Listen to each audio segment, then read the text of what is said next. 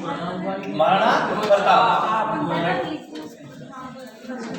इसका जो राज्याभिषेक हुआ वो हुआ 1572 में। 1572 में आराम से पढ़े, कोई दिक्कत नहीं है, आधा मिनट। और इसकी जो मृत्यु हुई थी वो हुई थी 1597। 1597 इसकी मृत्यु हुई और 1572 में इसका राज्याभिषेक हुआ और 1540 में इसका जन्म हुआ।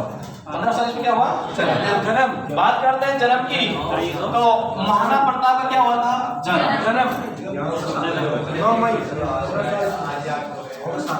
जन्म हुआ 9 मई 1540। 9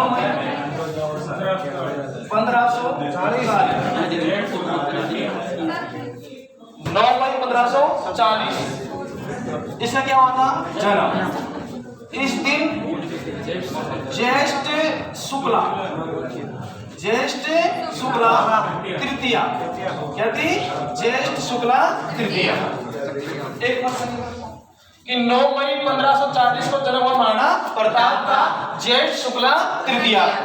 एकमात्र हमारे महान योद्धा जिसकी जयंती हिंदी माह के आधार पर मनाई जाती है वो कौन है? महाराणा प्रताप। इस ज्येष्ठ शुक्ला तृतीया को महाराणा प्रताप की जयंती मनाई जाती है और ये जयंती मनाई जाती है हल्दी घाटी।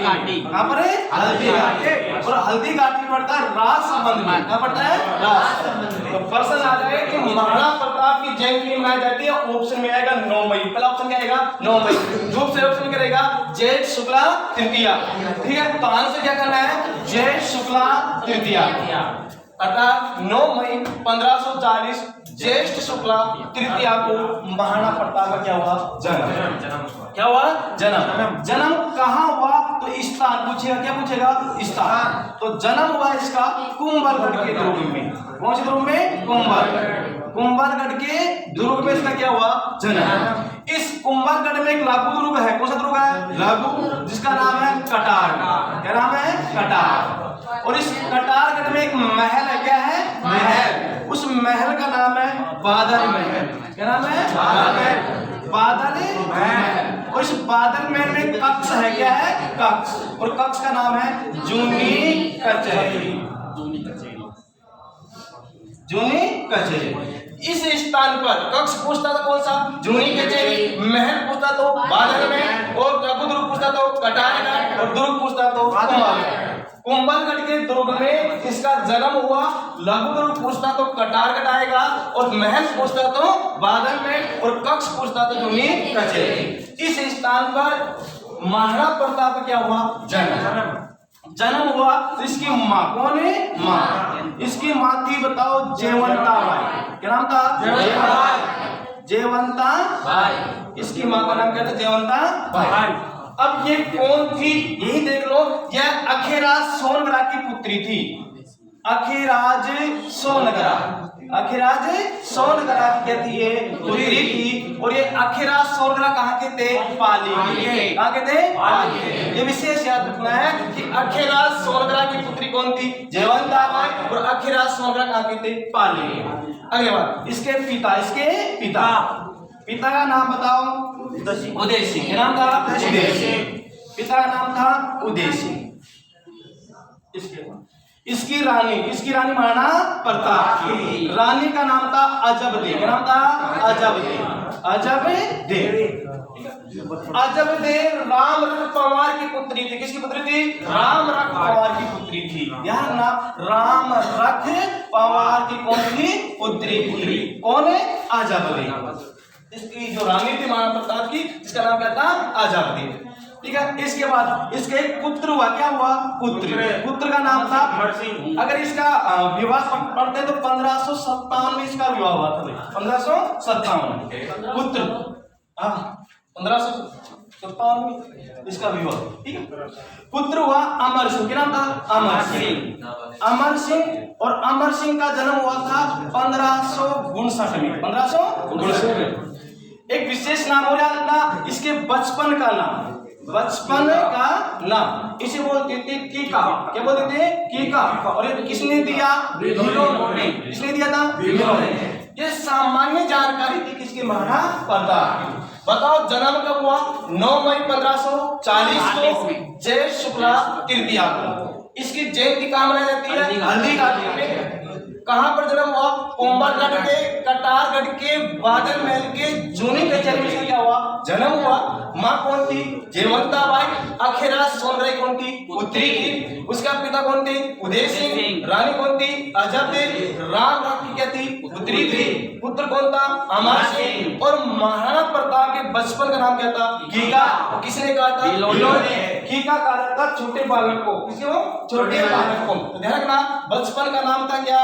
कीका। किसने दिया था? भिलोन ने। इसके बारे में क्या थी? सामान्य जानकारी। देखो उतार लिया बताओ साथ के साथ देखो नहीं मिला। उदय सिंह कौन है? उदय सिंह। महाराणा प्रताप के पिता कौन थे? उदय सिंह। अब इस उदय सिंह के दो रानियां थी। कितनी थी? दो। प्रमुख दो रानियां थी, जिसका नाम था, एक का नाम था धीरभाई भटियानी। धीरभाई भटियानी। धीरभाई भटियानी। और एक का नाम था जयवंता। क्या नाम था? जयवंता। धीरभाई भटियानी और एक का नाम क्या था? जयवंता भाई। धीरभाई भटियानी का एक पुत्र था और उस पुत्र का नाम था जगमाल। क्या नाम था? जगमाल। जगमाल। उदय सिंह और उदय सिंह की रानी कितनी प्रमुख? दो। एक का नाम क्या था? धीरभाई भटियानी। एक का नाम था जयवंता बाई। इसका पुत्र था महाराणा प्रताप। महाराणा प्रताप। और इन दोनों का एक भाई था, जिसका नाम क्या था? शक्ति सिंह। क्या नाम था? शक्ति सिंह। शक्ति सिंह। यहां तक उतारो चलने दो नहीं होगा। बना ली कट कॉपी कर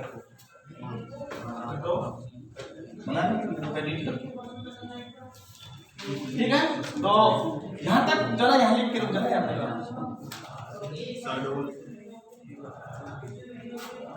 अपने आप में प्रत्येक लाइन पर्सन सीख रहा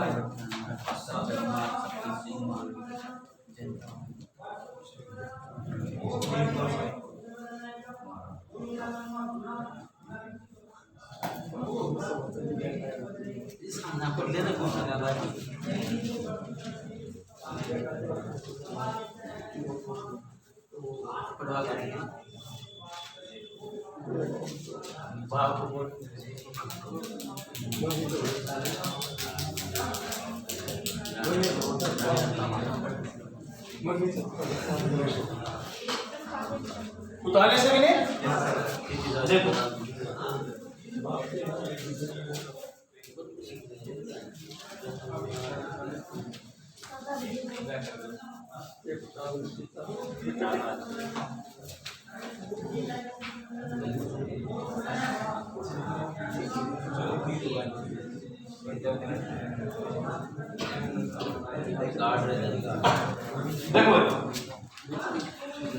इस जगमाल का जो पुत्र था किसका था? धीरभाई भटियानी का। और जयवंता बाई का पुत्र था महाराणा प्रताप।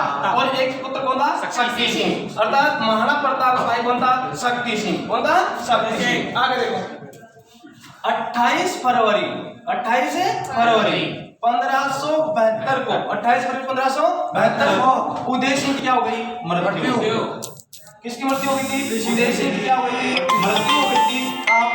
गोकुंदा में क्या हो गई थी? मृत्यु हो गई थी। 28 फरवरी 1572 को महाराणा उदय सिंह की क्या हुई थी? मृत्यु। इसकी जो पूरी घटना है मैंने उदय सिंह पूरा YouTube पे डाल रखा है, आप जाकर देख सकते हो कौन कौन सी घटना क्या हुई थी। तो मैंने कहा 28 फरवरी 1572 को उदय सिंह क्या हुई थी? मृत्यु हो गई थी। कहाँ हुई थी? गोकुंदा में हुई थी।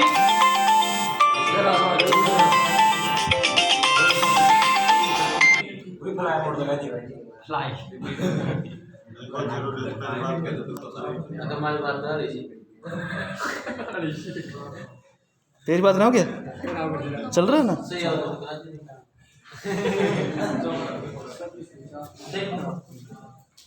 28 फरवरी 1572 किसकी मृत्यु हो गई थी? उदय सिंह की। कहाँ हुई थी? गोकुंदा में। बताओ अब इसके पुत्र कौन है? तुम्हारा प्रताप। एक कौन है? शक्ति सिंह। एक कौन है? जयमाल। बड़ा बेटा कौन था? प्रताप। बड़ा बेटा कौन था? प्रताप। अब बताओ उत्तराधिकारी कौन बनता? तुम्हारा प्रताप। अब जैसे इसकी मृत्यु हुई कहां पर? गोकुंदा में। तो इसका दाह संस्कार किया गया। कौन संस्कार किया गया? दाह संस्कार। दाह संस्कार। व्यक्ति का अंतिम संस्कार कौन सा होता है? दाह संस्कार। संस्कार कितने होते हैं? 16। कितने होते हैं? 16। प्रत्यक्ष रूप से मानव कितने संस्कार को देखता है? 12। कितने देखता है? 12 को देख सकता है। 4 संस्कार को नहीं देख पाता है व्यक्ति। तो इसमें एक संस्कार है दाह संस्कार। कौन सा? दाह संस्कार। अब देखो जैसे ही गोकुंदा में मृत्यु हुई उदय सिंह की, तो इसका क्या किया गया? दाह संस्कार। अब एक सिद्धांत था राजत्व का एक सिद्धांत था कि जो बड़ा बेटा होता है वो दाह संस्कार में उपस्थित नहीं होता है। जो राजा बनेगा वो दाह संस्कार में उपस्थित नहीं होगा। इस रिवाज को तोड़ते हुए महाराणा प्रताप पहला व्यक्ति था जो अपने पिता के दाह संस्कार में उपस्थित हुआ। अब दाह संस्कार करने के लिए कौन गए? एक तो प्रताप गया। कौन गया? प्रताप सिंह गया। दूसरा व्यक्ति गया अखेराज। कौन गया? अखेराज। एक गया राम रख। कौन गया? राम रख पावा। इसके बाद गया कृष्णदास। कौन गया? कृष्णदास।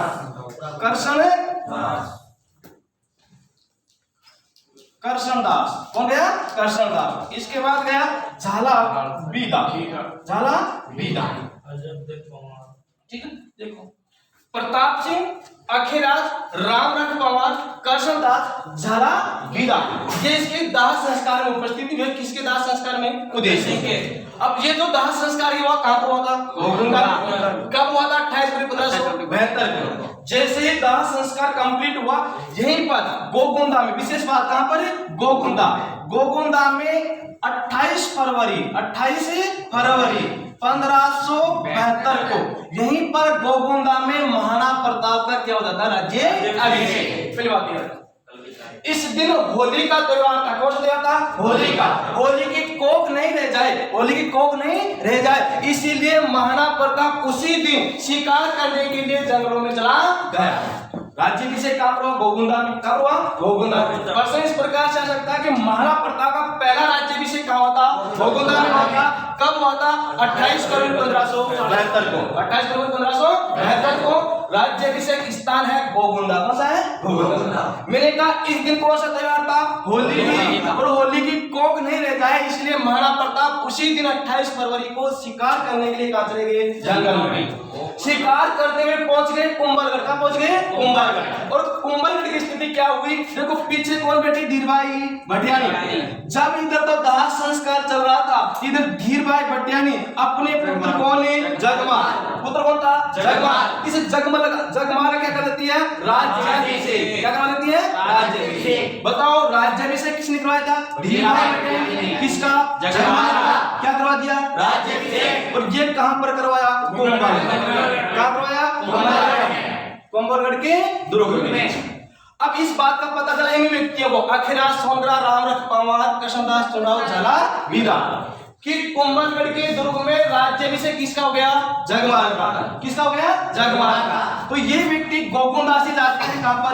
कुंभलगढ़। जाते हैं कुंभलगढ़। अब सुनो, डॉक्टर गौरीशंकर हीराचंद ओझा, एक तो व्यक्ति ये डॉक्टर गौरीशंकर हीराचंद ओझा, एक है वीर विनोद की पुस्तक के लेखक श्यामलदास। कौन है? श्यामलदास। ये दो विद्वान ये कहते हैं कि महाराणा प्रताप का जो राज्याभिषेक हुआ था वो 1 मार्च 1572 को हुआ था। 1 मार्च 1572। कितने व्यक्ति है? दो। डॉक्टर गौरीशंकर हीराचंद ओझा, एक है वीर विनोद के लेखक श्यामलदास। कौन है? श्यामलदास। तो ये दो व्यक्ति कहते हैं कि महाराणा प्रताप का जो राज्याभिषेक हुआ वो 1 मार्च 1572 को हुआ। हम इस बात को इस तरह मान सकते हैं कि गोकुंदा में हुआ 28 फरवरी 1572 को, और यहाँ से कहा गए थे? कुंभलगढ़। और कुंभलगढ़ में 1 मार्च को, कब हुआ? 1 मार्च 1572 को महाराणा प्रताप का दूसरी बार राज्याभिषेक कहाँ हुआ था? कुंभलगढ़। ये प्रश्न बनता है कि महाराणा प्रताप का दूसरी बार राज्याभिषेक कहाँ हुआ था? कुंभलगढ़ में। कब हुआ था? 1 मार्च 1572 को। 1 मार्च 1572 में क्या हो गया? राज्याभिषेक हो गया दूसरी बार। और कौन से दुर्ग में हुआ? कुंभलगढ़। यही पर क्यों हुआ? कारण देखो, जिस प्रकार से मेवाड़, कौन सा राज्य है? मेवाड़। मेवाड़ राज्य का ये जो क्षेत्र था चित्तौड़गढ़ का, कौन सा? चित्तौड़गढ़ का। ये चित्तौड़गढ़ तो किसके अंडर में था? अकबर के। किसमें था? अकबर के। और बच गया ये जो क्षेत्र था कुंभलगढ़ का, कौन सा? कुंभलगढ़। कुंभलगढ़ ये जो क्षेत्र मिला था एक महाराणा प्रताप को मिला था। महाराणा प्रताप। तो 1568 में झोर हुआ था और 1568 में झोर हुआ तो किसका अधिकार किसका हो गया था? अकबर का। यहाँ पर जो शासन रहेगा किसका था? अकबर का। जब राज्याभिषेक हुआ कहाँ पर हुआ? कुंभलगढ़ में। कुंभलगढ़ में किसका राज्याभिषेक? महाराणा प्रताप का। आप कहोगे यहाँ पर क्यों नहीं है चित्तौड़गढ़ में? तो चित्तौड़गढ़ का अधिकार किसका है इस समय? अकबर का। किसका है? अकबर का। इसी कारण महाराणा प्रताप का राज्याभिषेक चित्तौड़गढ़ में नहीं होकर कहाँ हुआ था? कुंभलगढ़। इस प्रकार 1 मार्च 1572 को दूसरी बार महाराणा प्रताप का क्या हुआ? राज्याभिषेक। इस राज्याभिषेक के समय कौन कौन सी घटनाएं घटित हुई? 3 प्रमुख घटनाएं। प्रथम घटना देखो इसका राज्याभिषेक। राज्याभिषेक। दूसरी घटना है इसका मुकुट। क्या है? मुकुट। तीसरी घटना है तलवार। क्या है? तलवार। तलवार। यहाँ 3 घटना में याद रखनी है। एक तो राज्याभिषेक किसने किया? महाराणा प्रताप ने। एक बात तो ये याद रखनी है। दूसरी बात इसके मुकुट किसने पहनाया? ये बात याद रखनी है। तीसरी बात तलवार किसने बांधी? ये 3 प्रश्न हमारे महत्वपूर्ण बनते हैं और जिसमें सबसे मोस्ट तलवार का होता है। हर एग्जाम पूछता रहता है। ठीक है, तो तलवार देखो राज्याभिषेक किया था महाराणा प्रताप का अखेराज सोनगरा ने। अखेराज सोनगरा। अखेराज सोनगरा ने अपने दाएं हाथ का अंगूठा काटकर राजतिलक किया महाराणा प्रताप का। अगर पूछता है कि राजतिलक किसने किया था, आंसर दोगे क्या? अखेराज सोनगरा। महाराणा प्रताप का राजतिलक किसने किया? अखेराज सोनगरा। दूसरा मुकुट रामरख पंवार। रामरख पंवार ने क्या किया कि जगमाल से, किसे? जगमाल से मुकुट को छीना और छीन कर किसको पहना दिया? महाराणा प्रताप को। तीसरी बात तलवार। क्या थी? तलवार। तलवार बताओ करशनदास। किसने? करशनदास चूंडावत। करशनदास चूंडावत ने महाराणा प्रताप की कमर में तलवार किसने बांधी थी? तलवार करशनदास चूंडावत ने। ये घटना घटित हुई कुंभलगढ़ के दुर्ग में। कौन से दुर्ग में? कुंभलगढ़ के दुर्ग में। बताओ राज्याभिषेक किसने किया था? अखेराज सोनगरा ने। मुकुट किसने बनाया था? रामरख पंवार ने। तलवार किसने बांधी? करशनदास चूंडावत ने। इस संघर्ष के बीच महाराणा प्रताप का राज्याभिषेक हो गया। राज्याभिषेक हो गया। अब बताओ इसका भाई जगमाल से क्या हो गया? नाराज। क्या हो गया? नाराज। जो राजा बनकर बैठा था जगमाल अब नाराज हो गया। किससे? महाराणा प्रताप से। और रूठ कर मेवाड़ को छोड़कर चला गया अकबर की शरण में। किस शरण में? अकबर की। बताओ कौन सा भाई था इसका? जगमाल। कौन था? जगमाल। और जगमाल मेवाड़ को छोड़कर चला गया कहां पर? अकबर की शरण में, दिल्ली। कहां चला गया? दिल्ली। अब देखो अकबर कौन है? अकबर। और अकबर की शरण में जगमाल। कौन था? जगमाल। अब इसकी सेना में भर्ती हो गया कौन? जगमाल। किसकी सेना में? अकबर की। किसको बना दिया सेनापति? किसको? जगमाल को। किसने बनाया? अकबर ने। जब ये रूट कर गया तो रूट कर गया किसके शरण में? अकबर की। अकबर ने से बना दिया सेनापति। किसको? जगमाल को। एक बार क्या हुआ 1583 में? 1583 में एक युद्ध हुआ। उस युद्ध का नाम था दत्तानी का युद्ध। कौन सा युद्ध? दत्तानी का युद्ध। बताओ कब हुआ था? 1583 में। सिरोही के शासक सुल्तान देवड़ा। सिरोही के शासक सुल्तान देवड़ा और जगमाल के बीच में क्या हुआ था? युद्ध। और इस युद्ध में कौन मारा गया? जगमाल। अब प्रश्न इस प्रकार से बन सकता कि जगमाल की मृत्यु कौन से युद्ध में हुई थी? दत्तानी का युद्ध कब हुआ था? 1583। इस प्रकार से किसका काम सट गया? जगमाल का। अब बच गया कौन? महाराणा प्रताप। अब महाराणा प्रताप के सामने बड़ी समस्या थी कि किस प्रकार से चित्तौड़गढ़ को पुनः प्राप्त करें। चित्तौड़गढ़ को पुनः किस प्रकार प्राप्त करें। इसी बीच घटना घटित हो गई कि 1570 में नागौर दरबार लगा। कौन सा दरबार? नागौर दरबार लगा भाई। कौन सा दरबार लगा? नागौर। प्रश्न इस प्रकार है नागौर दरबार का आयोजन कब हुआ था? 1570 में। हमारे नागौर में हम कह सकते हैं राजस्थान एक जिला कौन सा आया? नागौर। और नागौर में नागौर दरबार लगवाया किसने? अकबर ने। किसने लगवाया था? अकबर ने। क्यों लगवाया? कारण देखो, इसने नागौर दरबार का आयोजन इसलिए करवाया कि जितने भी मेवाड़ी शासक है, जितने भी राजपूत शासक है, वो मेरी बिना युद्ध किए अधीनता स्वीकार करें। इसलिए से नागौर दरबार का क्या करवा दिया? आयोजन। सुनो, बीकानेर का कल्याणमल, जैसलमेर का हरराय, हाडोती का सुरजनहाटा, मारवाड़ का राव चंदेली यहाँ पर उपस्थित हुआ।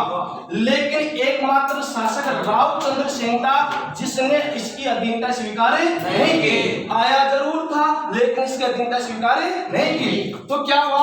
1570 में नागौर दरबार लगवाया किसने? अकबर ने। इस दरबार में कौन नहीं आया? महाराणा प्रताप। महाराणा प्रताप। तो इस तरह विशेष बात करना कि जब नागौर दरबार लगाया उस समय मेवाड़ का जो शासक था महाराणा प्रताप था, जो इसके दरबार में उपस्थित नहीं हुआ। एकमात्र शासक था महाराणा प्रताप जो इसके दरबार में उपस्थित नहीं हुआ। अधीनता स्वीकार नहीं करने वाले व्यक्ति तो दो है। कितने हैं? दो। एक तो राव चंद्रसेन और एक है महाराणा प्रताप, लेकिन वह दरबार में उपस्थित हुआ था।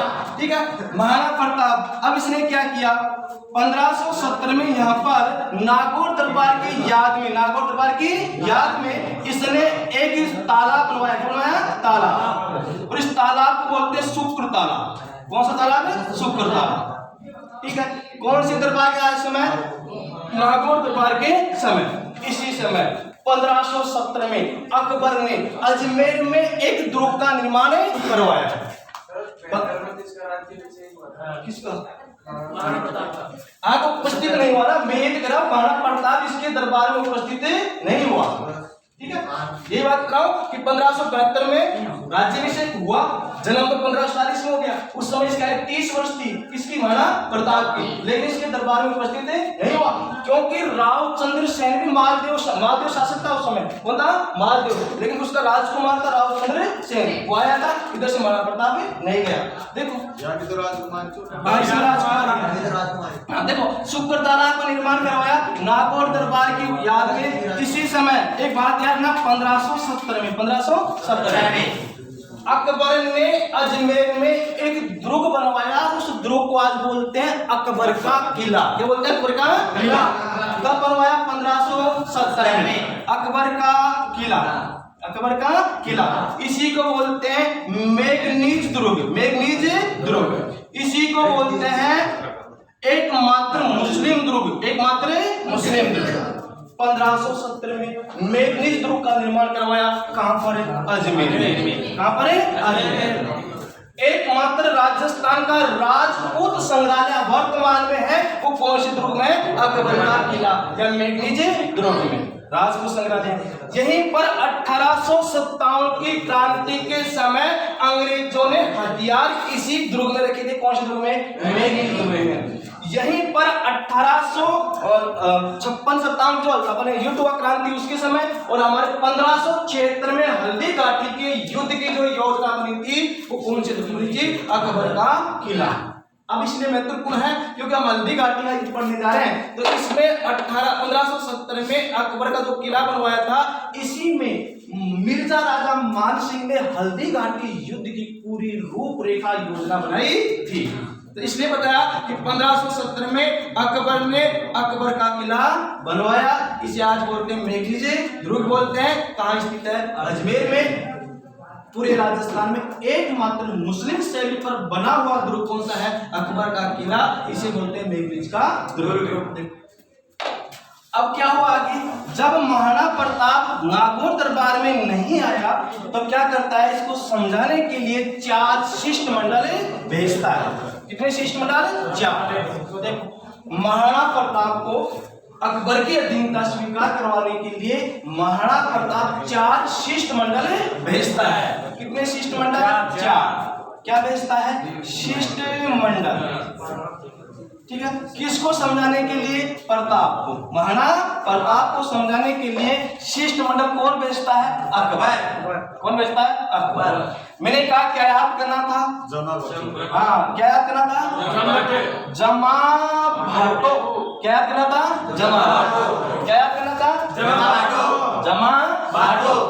जैसे जलाल खा कोरची, माँ से मान सिंह, बा से भगवंत दास, टो से टोडा। कितने शिष्टमंडल थे? 4। पहला कौन आया था? जगमा। दूसरा कौन सा आया था? मान सिंह। तीसरा आया था भगवंत दास। चौथा आया था टोडा। अतः महाराणा प्रताप को समझाने के लिए अकबर की तरफ से 4 शिष्टमंडल भेजे गए। उसमें पहला जो व्यक्ति आया था वो आया था जलाल खा। पहला व्यक्ति कौन था? जलाल खा। जलाल खा। देखो अब ये जलाल खा कोरची नाम है इसका, जलाल खा कोरची, जलाल खा कोरची। गुजरात था, गुजरात था। तब अकबर ने पत्र लिखकर भेजा किसको? जलाल खा कोरची को कि आप जब दिल्ली आओ तब आप मुलाकात करके आना किसे? महाराणा प्रताप से, और उनको समझाना कि आप अधीनता स्वीकार कर लो उसकी, अकबर की। हम आपसे युद्ध नहीं करेंगे, आपके राज्य से कोई टैक्स नहीं लेंगे, आपके राज्य को अधीन नहीं करेंगे, सिर्फ आप तो हमारी अधीनता स्वीकार करो। ये बात किसको कहता है? जलाल खा को। जलाल खा जाता है किसके पास? महाराणा प्रताप के पास। किसके पास जाएगा? महाराणा प्रताप। ये गया जून के महीने में। कौन से महीने में? जून 1572। जून 1572 को गया। किसको समझाने के लिए? महाराणा प्रताप को समझाने के लिए। पहला व्यक्ति कौन आया था? जलाल खा कोरची। लेकिन यह असफल रहा। क्या रहा? असफल। इसको समझाने में, इसको अधीनता स्वीकार करने में क्या रहा? असफल। नंबर 2 पे आया मान सिंह। कौन आया? मान सिंह। देखो मिर्जा राजा मान सिंह। मान सिंह आया, यह आया था अक्टूबर में। कब आया था? अक्टूबर। और अक्टूबर 1573। अक्टूबर 1573। अब यह आया दूसरा शिष्टमंडल का नेतृत्व करता हुआ व्यक्ति कौन आ रहा था? मान सिंह। कब आया था? अक्टूबर 1573 आ गया। इसका स्वागत किया किसने? महाराणा प्रताप ने। वो जो झील थी उस झील का नाम था उदय सागर। कौन सी थी? उदय सागर। इस झील के किनारे पर, इस झील के किनारे पर महाराणा प्रताप और मान सिंह के बीच मुलाकात हुई। जब मान सिंह आया तो कौन सी झील के किनारे आया था? उदय सागर। बताओ उदय सागर झील कहां पर है? उदयपुर में। बताओ कहां पर है? उदयपुर में। बताओ किसने बनाया था? उदय सिंह। किसने बनाया था? उदय सिंह ने। बताओ कब बनाया था? 1564 से 1567। 1564 से 1567। बताओ किसने बनाई थी? उदय सिंह ने। ठीक है। इस उदय सागर की झील के किनारे मुलाकात होती है, एक तो मान सिंह की और एक किसकी? प्रताप की। किसकी होती है? प्रताप की। मान सिंह हाथी पर बैठकर आया था और इसके हाथी का नाम था मर्दाना। क्या नाम था? मर्दाना। क्योंकि हल्दी घाटी के युद्ध में भी इसी हाथी पर बैठ के आएगा जिसका नाम क्या था? मर्दाना। मर्दाना हाथी पर बैठकर कौन आ गया? महाराणा प्रताप नहीं, मान सिंह। और दोनों की मुलाकात होती है कहां पर? उदय सागर झील के किनारे। अब इसको शाम के समय, किसके समय है? शाम के समय क्या देता है? दावत। क्या देता है? दावत। शाम जैसे भी महाराणा प्रताप तो चला गया अपने महलों में, चला गया। कहाँ चला गया? महलों में। जैसे महलों में गया, इसके भोजन तैयार होकर उदय सागर झील के किनारे पर परोस दिया गया। 2 थाली लगाई। कितना लगाई? 2 थाली सजा दी गई भोजन की और दावत के लिए निमंत्रण कर दिया किसको? मान सिंह को। मान सिंह तो उस थाली पर आ बैठा, लेकिन कौन नहीं है? महाराणा प्रताप। अब मान सिंह पूछता है किसको? जो वहां सरदार खड़े थे उनसे पूछता है कि प्रताप कहां गए, क्यों नहीं आ रहे? तब एक सरदार जवाब देता है कि उनका पेट दर्द कर रहा है, इसलिए वो खाना नहीं खाएंगे आपके साथ। तब मान सिंह ने कहा ये मेरा अपमान है, राजा के साथ राजा ही बैठकर भोजन करेगा। क्योंकि इस समय अमर सिंह आ गया। कौन आ गया? अमर सिंह। अमर सिंह इसका पुत्र राजकुमार था और इसका अपमान करने के लिए कौन आ गया? अमर सिंह। जैसे भोजन किया नहीं, थाली में से खड़ा हो गया कौन है? मान सिंह।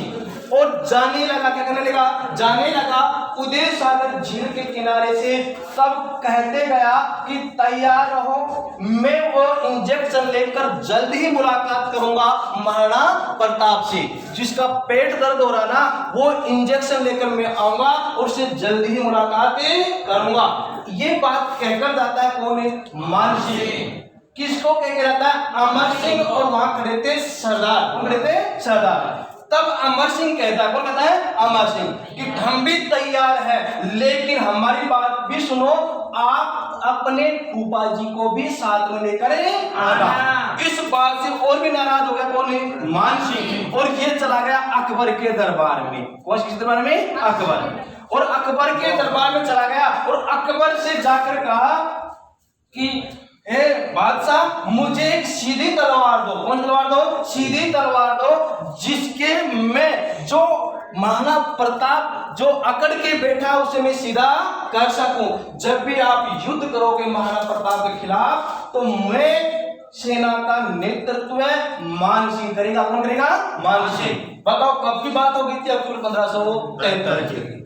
इससे पहले घटना घटित हो गई, लेकिन इधर अकबर फिर सोचता कि युद्ध करने में कोई फायदा नहीं है। मैं सोचता हूं कि एक बार और कोशिश करता हूं उसको मनाने की। किसको, महाराणा प्रताप को। और इसने तीसरा व्यक्ति भेज दिया। कौन सा व्यक्ति, तीसरा। अर्थात तीसरा शिष्टमंडल आया, कौन सा, भगवंत दास। किसका टोकरा, अच्छा, मान सिंह। भगवंत दास आया, ये आया भाई सितंबर में। कब आया था, सितंबर में आया था 1573 में, सितंबर 1573। अब महाराणा प्रताप को यह बात बिल्कुल याद थी कि जब यहाँ चित्तौड़गढ़ में तीसरा साका हुआ था। कौन सा हुआ था, तीसरा। बताओ कब हुआ था, 1568 में। कौन सा साका हुआ था, तीसरा साका। कौन सा हुआ था, तीसरा। कब हुआ था, 1568 में।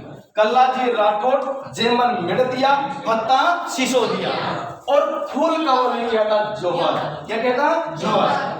तब भगवंत दास ने अकबर से कहा था कि महाराज मेरी एक बात मानो, आप यहाँ चित्तौड़गढ़ में कत्लेआम का क्या कर दो, आदेश जारी कर दो। किसने कहा था, भगवंत दास ने।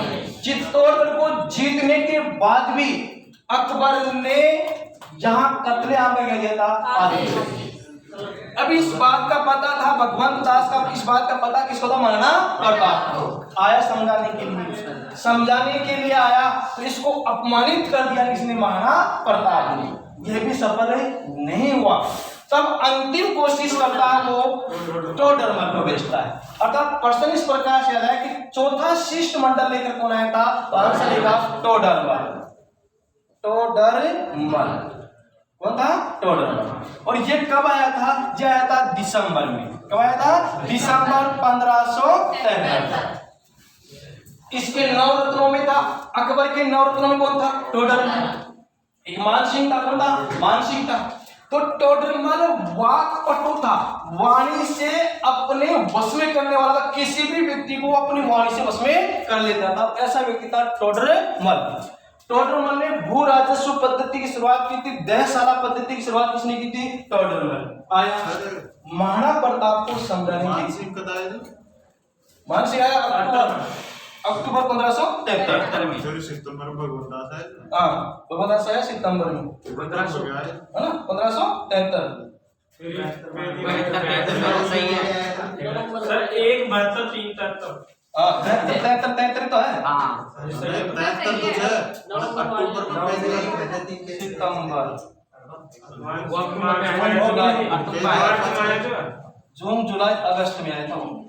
अगस्त में जो 3 महीने का अंतर था, जून, जुलाई, अगस्त, 3 महीने का अंतर था, है ना। देखो क्या हुआ आगे, टोडरमल भी असफल रहा और टोडरमल भी चला गया। किसको समझाने के लिए आया था, महाराणा प्रताप समझाने के लिए आया, वो सफल रहा। अब महाराणा प्रताप को चेतावनी मिल गई कि आप युद्ध करने के लिए क्या रहो, तैयार। तो इधर अकबर सेना तैयार कर रहा है, इधर तैयार कर रहा है महाराणा प्रताप। दोनों ही योजना बना रहे हैं। इधर तो योजना बना रहा है महाराणा प्रताप और उधर योजना बना रहा है अकबर। कौन बना रहा है, अकबर।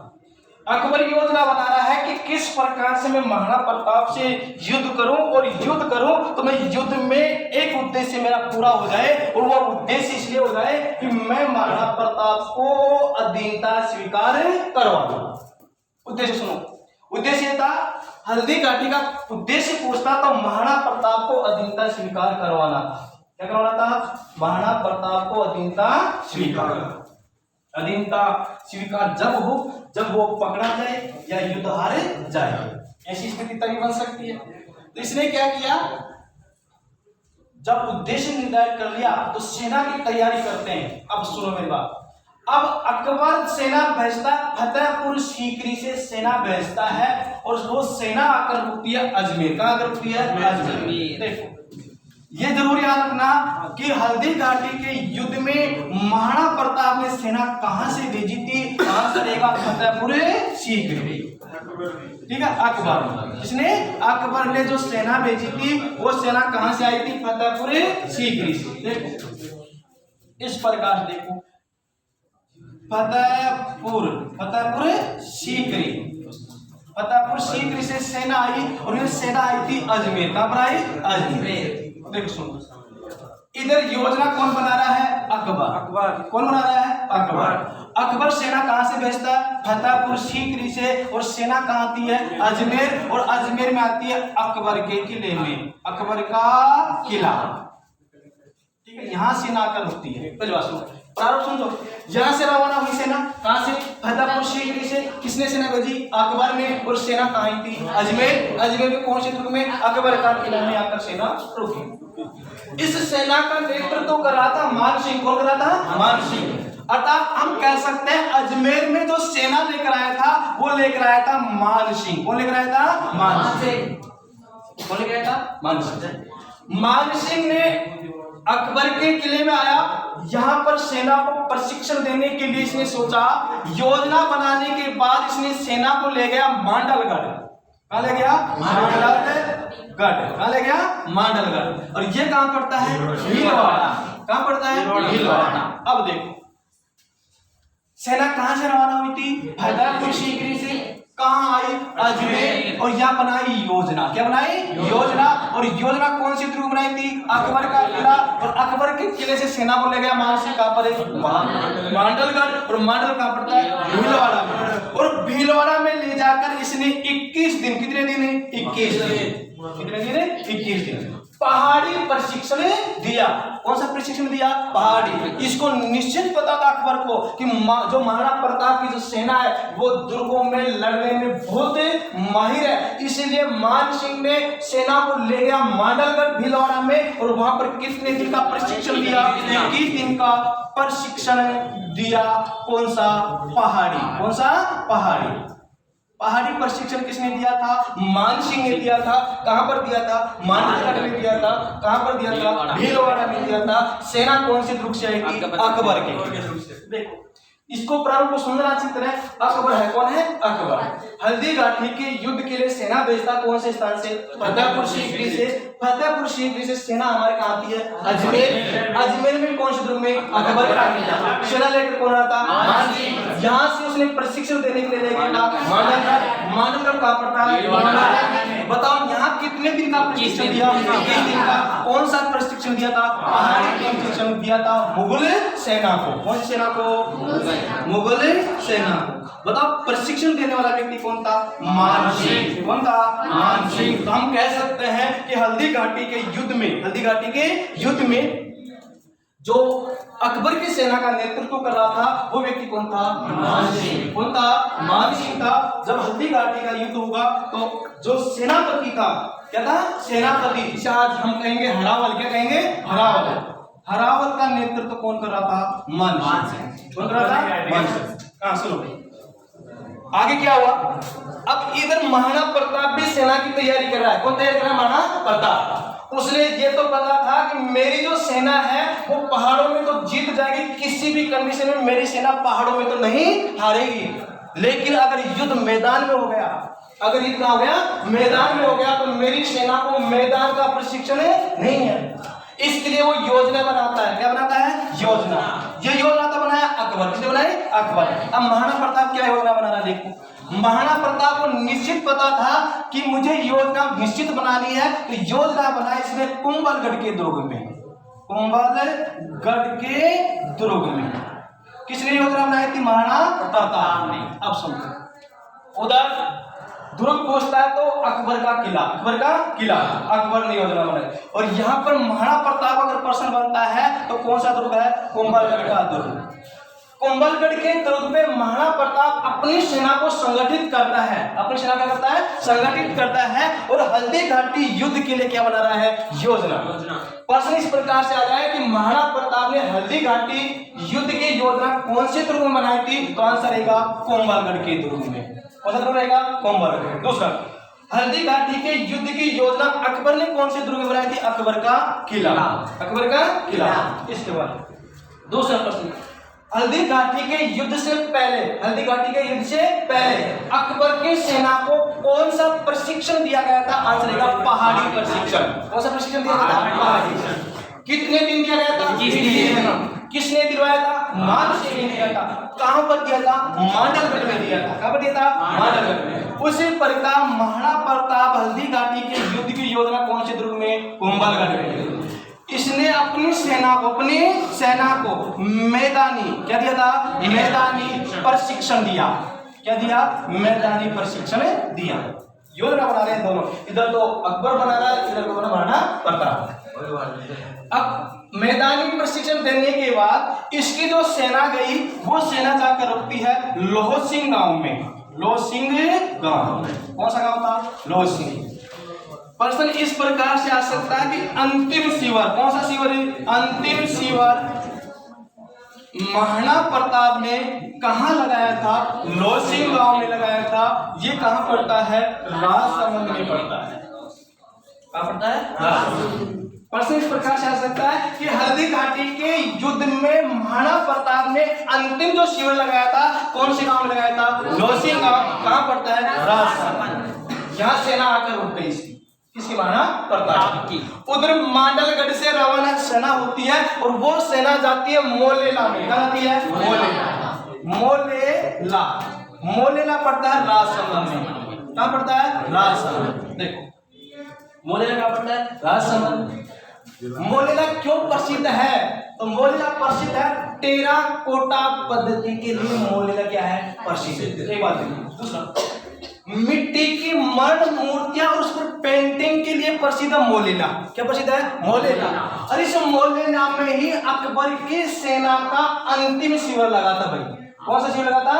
अंतिम। इधर तो है अकबर, इधर कौन है? अकबर की सेना है। और इधर किसके? महाराणा प्रताप। तो दो प्रश्न बने हमारे कि हल्दी घाटी से पहले अंतिम शिविर महाराणा प्रताप का लगा था लोहसिंह गांव में और अकबर का लगा था मोलेला गांव, जो कहां पड़ता है? राजसमंद में। दोनों की सेना आ गई।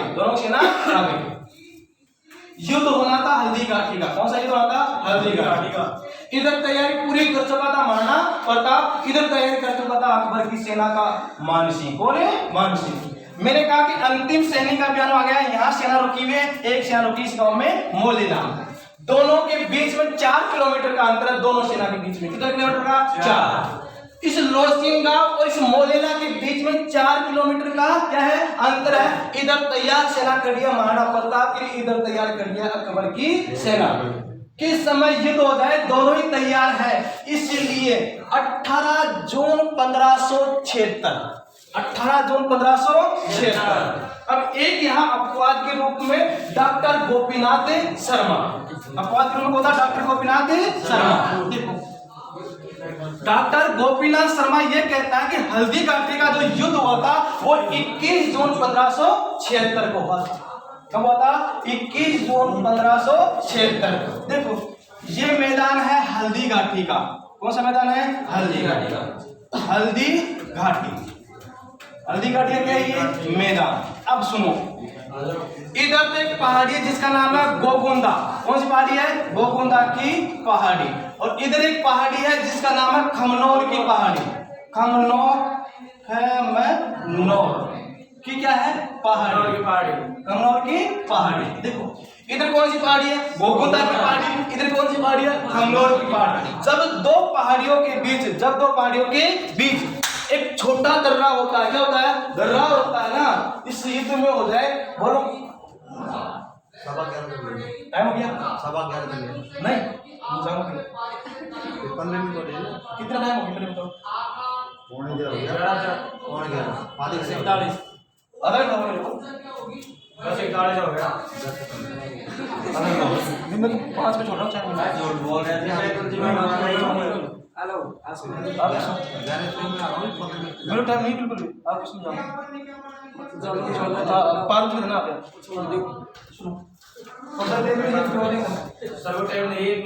खमनोर की पहाड़ी, इधर कौन सी पहाड़ी है? गोगुंदा की पहाड़ी। सुनो, दो पहाड़ियों के बीच का जो तंग रास्ता होता है उसे बोलते हैं दर्रा। क्या बोलता है? दर्रा। जानते हो दर्रा को? हाँ सर। दर्रा जानते हो सब? अरे रावटी राठौड़ देखी थी फिल्म में? पूरी रावटी राठौड़ जो मूवी है वो दर्रे में बनी हुई है। अब समझ लेना अच्छी तरह से। दो पहाड़ियों के बीच का सकरा रास्ता, उसे क्या बोलते हैं? दर्रा। क्या बोलते हैं? दर्रा। जानते नहीं हो दर्रा तो? अरे ये तो जानते हो ना, पहाड़ी जानते हो किसे कहते हैं? पठार किसे कहते हैं? जानते हो क्या? अरे डूंगर किसे कहते हैं? जानते हो ना?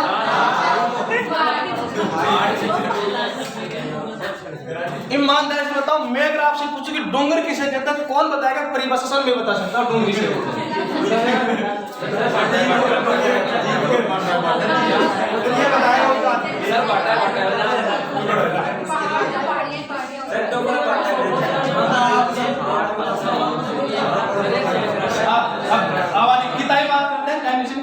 पहाड़ी और पठार आप हमेशा देखते हो, तुम ये पता नहीं पहाड़ी किसे कहते हैं और पठार किसे कहते हैं और दर्रा किसे कहते हैं, पता नहीं है। दर्रा तो पता चल गया। देखो, एक पहाड़ी की है खमनोर की पहाड़ी, एक पहाड़ी कौन सी है? गोगुंदा की पहाड़ी।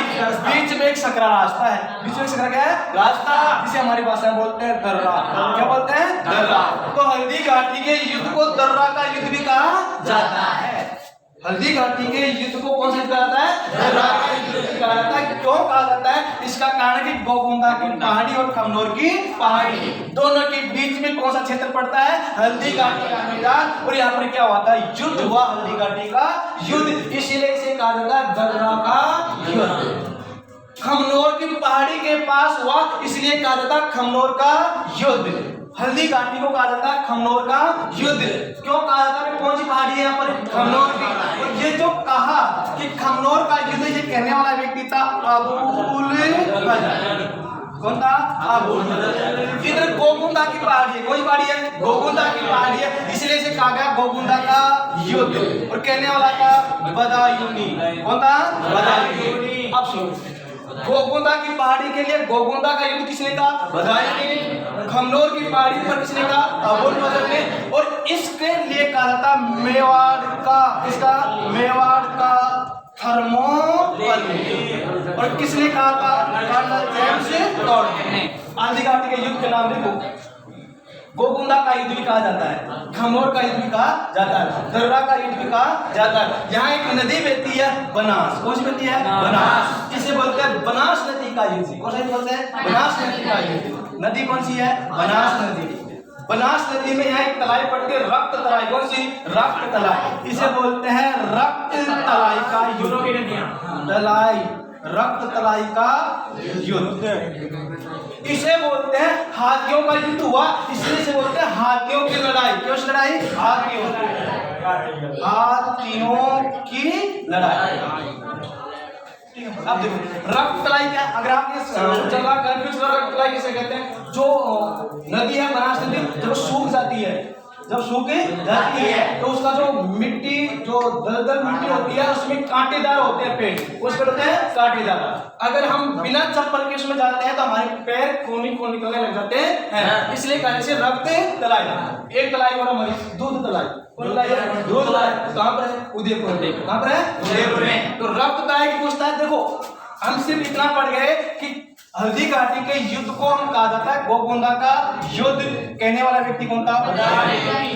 इसे कहा जाता है मेवाड़ का थर्मोपल। किसने कहा था? कर्नल इसे कहा जाता है खमनोर का युद्ध।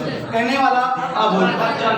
इसे कहता हाथियों की लड़ाई, इसे कहता रक्त तराई का युद्ध, इसे बोलते बनास नदी का युद्ध, इसे बोलते दर्रा घाटी का युद्ध। कौन से युद्ध को? हल्दी घाटी। अब देखो कब हुआ? 18 जून को हुआ भाई, 18 जून को 1576 को प्रातः 8 बजे, प्रातः 8 बजे। ये तो सभी इतिहासकार मानते हैं, ये तो सभी इतिहासकार मानते हैं कि हल्दी घाटी का युद्ध हुआ था 18 जून 1576 को प्रातः 8 बजे, प्रातः 8 बजे। इसके बाद लेकिन एक डॉक्टर गोपीनाथ शर्मा है, गोपीनाथ शर्मा, डॉक्टर गोपीनाथ शर्मा ये तो मानता है कि हल्दी घाटी का युद्ध 18 जून को प्रारंभ हो गया था, लेकिन इसका रिजल्ट जो निकल के आया वो 21 जून को निकल के आया, इसलिए इसने हल्दी घाटी के युद्ध की डेट बताई 21 जून 1576। 21 जून 1576। तो प्रश्न आ रहा है कि हल्दी घाटी का युद्ध हुआ तो आंसर रहेगा 18 जून 1576। लेकिन प्रश्न आता है कि डॉक्टर गोपीनाथ शर्मा के अनुसार हल्दी घाटी का युद्ध कब हुआ तो आंसर रहेगा 21 जून 1576। अब युद्ध होगा तो युद्ध की रणनीति किस प्रकार बनी वो अगली क्लास में